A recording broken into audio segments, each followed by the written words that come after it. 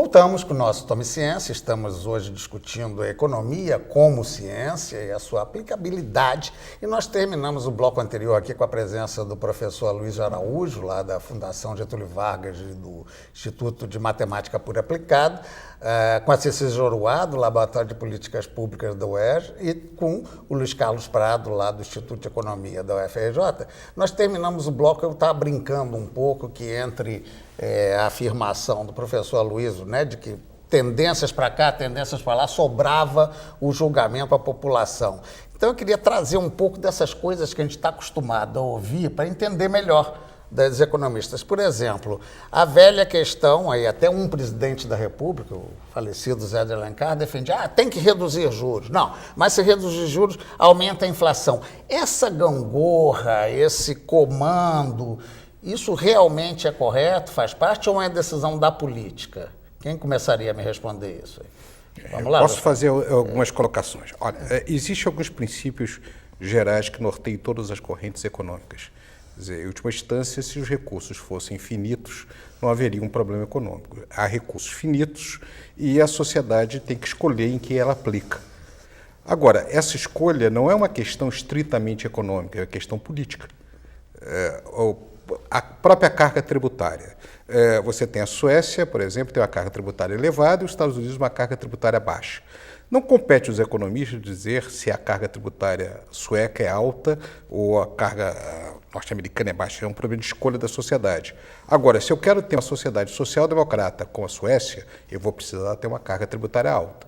Uma sociedade liberal com a americana pode ter uma carga tributária baixa. O que não é possível é você querer serviços de uma social-democracia com uma carga tributária modelo americana. Isso é incompatível. Então, essas discussões têm que ficar explícitas para a sociedade. Então, se a sociedade demanda, eu quero um determinado tipo de aposentadoria, eu vou ter que financiar isso de alguma maneira.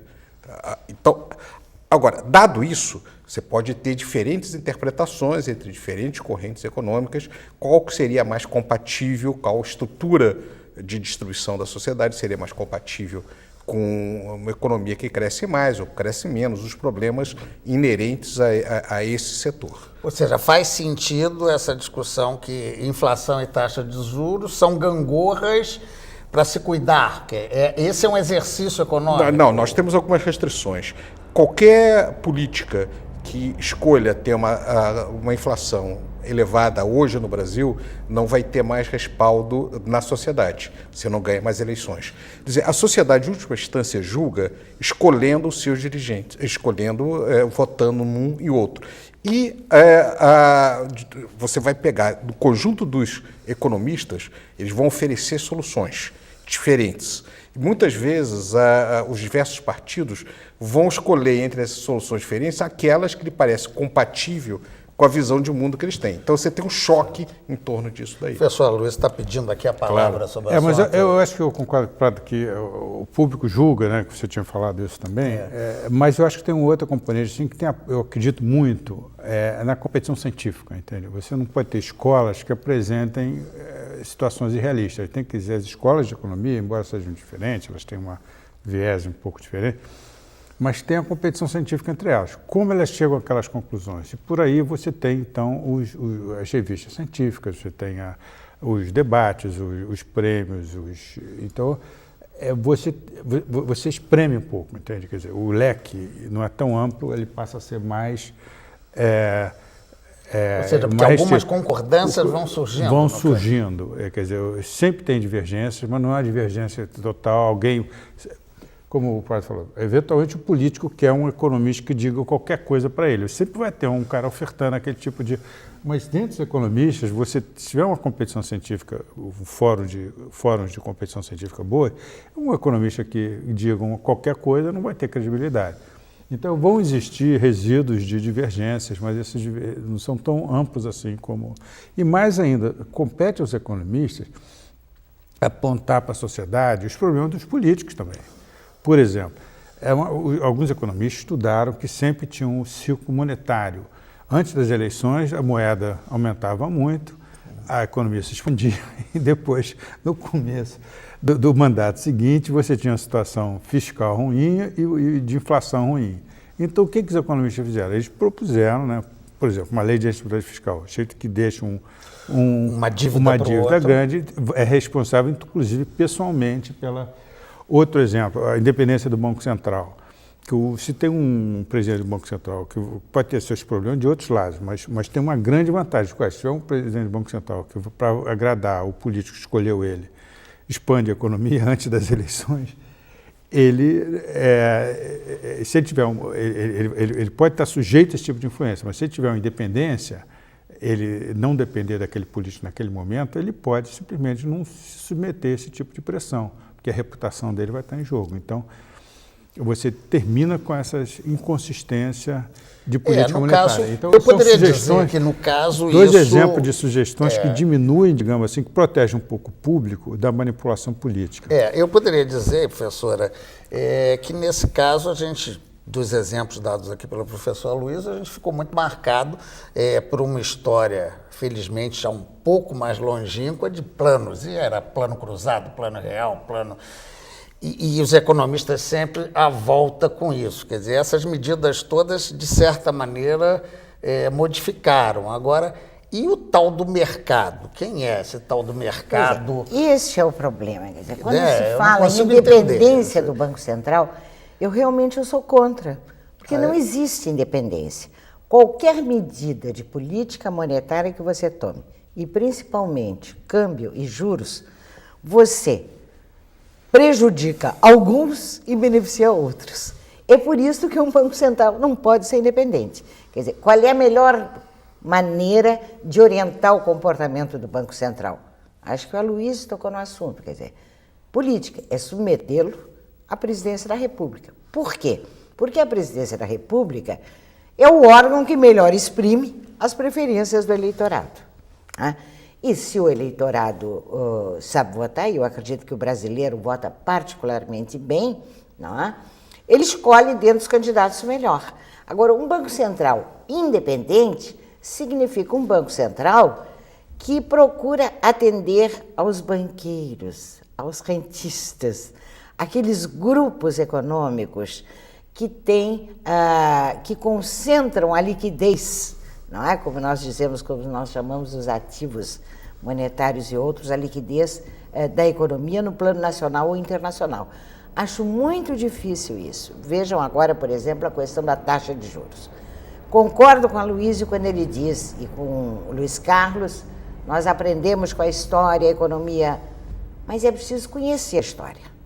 Eu digo que no Brasil as pessoas conhecem, não os economistas, os profissionais em geral, muito mais, em certas oportunidades, a história da Inglaterra, da França, dos Estados Unidos, do que a história brasileira. Se nós conhecêssemos bem a nossa história, nós saberíamos que no século XIX, que por acaso é o que eu estudo agora, nós tivemos uma taxa de câmbio valorizada e que ficou mais ou menos fixa durante 5 ou 6 décadas, em torno de 27 dinheiros, como se dizia, por R$1.000. Qual foi o problema? Muitos problemas, entre os quais a indústria não pôde se desenvolver. O que nós assistimos hoje com uma taxa de juros também valorizada, por influência de quê? Por influência dos capitais internacionais. Sim, é um fluxo, não é uma né? decisão dos brasileiros. Não tem nada a ver com o eleitorado brasileiro, nem com o empresariado. Quer dizer, uma taxa valorizada, ela está acabando com a nossa indústria. Quer dizer, é justo. É justo. Bem, a palavra aí, é justiça. Aí essa interação, nós levamos 50 né? anos para montar um sistema industrial diversificado, competente, capaz de produzir inovações, que colocou o país como 10ª economia do mundo. Né? É justo que meia dúzia de bancos globais, de especuladores, joguem aqui a moeda que eles não sabem onde aplicar e que isto valorize o nosso câmbio e destrua o esforço de 50 anos para a montagem da nossa indústria? Bem, deixa eu aí citar um exemplo para jogar aqui para minha outra bancada. Não vou nem dizer da direita, porque hoje em dia quem está olhando aí são da esquerda. Então, esse troço já está meio superado, né? Depende do ângulo que a gente vê. Mas eu me lembro de uma convivência que eu tive muito grande com Barbosa Lima Sobrinho, que ele dizia, não, o Brasil tem que ser protecionista, tem que se cuidar do capital estrangeiro, porque a política mais protecionista que existe é dos Estados Unidos, que faz taxas e tal. Faz sentido isso, a preocupação com esse caráter do global hoje em dia? Vamos relativizar várias coisas. Em primeiro lugar, eu acho que é importante relativizar, nós falamos que a ciência econômica ela avança e não há dúvida quanto a isso, existem muitos consensos, muda no decorrer do caminho, mas mesmo assim ela se mantém com divergência. Dá um exemplo. Eu acho que em nenhum outro campo do conhecimento você poderia ter, dividindo um prêmio Nobel, como aconteceu em economia, Myrdal e Milton Friedman dividiram o prêmio Nobel. São duas pessoas que pensam exatamente coisas opostas. Então, economia, você tem um pouco isso. Agora, mais uma vez, existem consensos importantes em torno dessas questões. A questão do protecionismo, ela serve para algumas coisas e não serve para outras. Por exemplo, quando você protege uma empresa que é absolutamente competitiva, que é capaz de produzir a custos mais baixos domesticamente do que estaria em outro local, apenas porque essa empresa consegue obter um determinado tipo de lobby, você está transferindo recursos da sociedade para esses proprietários. Se você faz isso no decorrer, dentro de uma estrutura de uma política industrial para alcançar um determinado fim, você está fazendo, em última instância, a partir de uma estratégia de desenvolvimento que vai alcançar um determinado tipo de resultado. Então, a questão não tem respostas simples para isso. Eu não defendo de maneira nenhuma uma proteção ampla, generalizada, porque seria transferir recursos da sociedade. Isso se aplica ao conceito internacional também. Exatamente. Então, o problema é o que você quer para fazer sobre isso. Nós temos hoje um problema de valorização da taxa de câmbio. Todo mundo concorda em torno disso daí.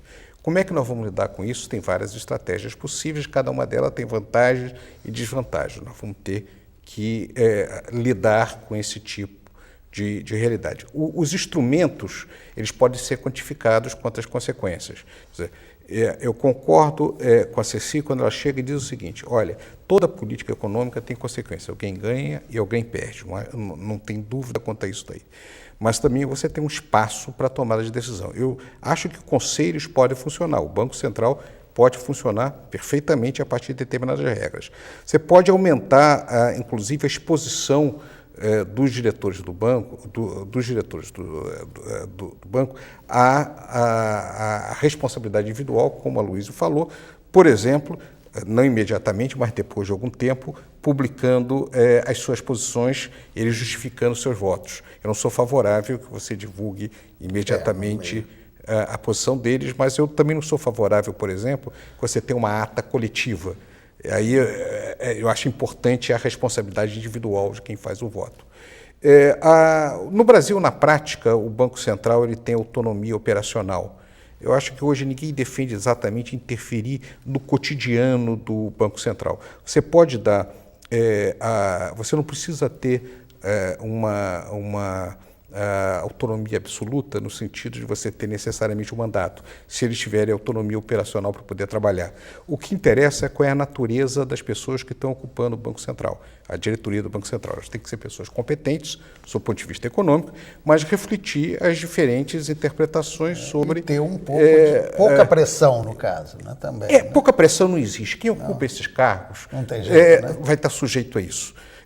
Faz parte da vida. Quem não quer ter pressão não vai ocupar um cargo sobre isso. O problema não é ele ter pressão ou não, ele ser capaz de atuar de maneira autônoma para alcançar na defesa daquelas posições que ela tem. Daqui a pouco tem que ir para o intervalo. Vamos lá, eu acho que é o seguinte, o Banco Central, como o Scalvin falou, ele tem a responsabilidade de ter inflação baixa, porque senão o político que elegeu não vai se eleger novamente, então tem que ter. Então tem responsabilidade muito grande. Agora, a questão de valorização cambial, em primeiro lugar, os economistas entendem muito pouco sobre o câmbio. A gente fez vários avanços científicos, mas a gente entende pouco sobre o câmbio. Agora, a gente tem ideia do que está provocando o câmbio. Uma das coisas que nós podíamos ajudar a proteger a indústria nacional é ganhando níveis maiores de eficiências, diminuindo o custo do Brasil. Entende? Por exemplo, a carga tributária no Brasil é muito elevada, principalmente o governo tentou fazer alguma coisa, exoneração de folha. o custo de infraestrutura no Brasil é muito elevado, então a gente tem que preservar essa indústria olhando também outros tipos de decisões, de possibilidades que fazem com que a gente aumente a nossa competitividade. Deixa eu aproveitar exatamente essa sua dica, professor Luiz, para chamar o intervalo, porque vai ser o último bloco, e a gente no último bloco normalmente parte para uma visão mais de propostas, mais da visão de vocês do que precisa ser feito. O professor Luiz já deu o pontapé inicial, a gente continua daqui a pouco no nosso último bloco.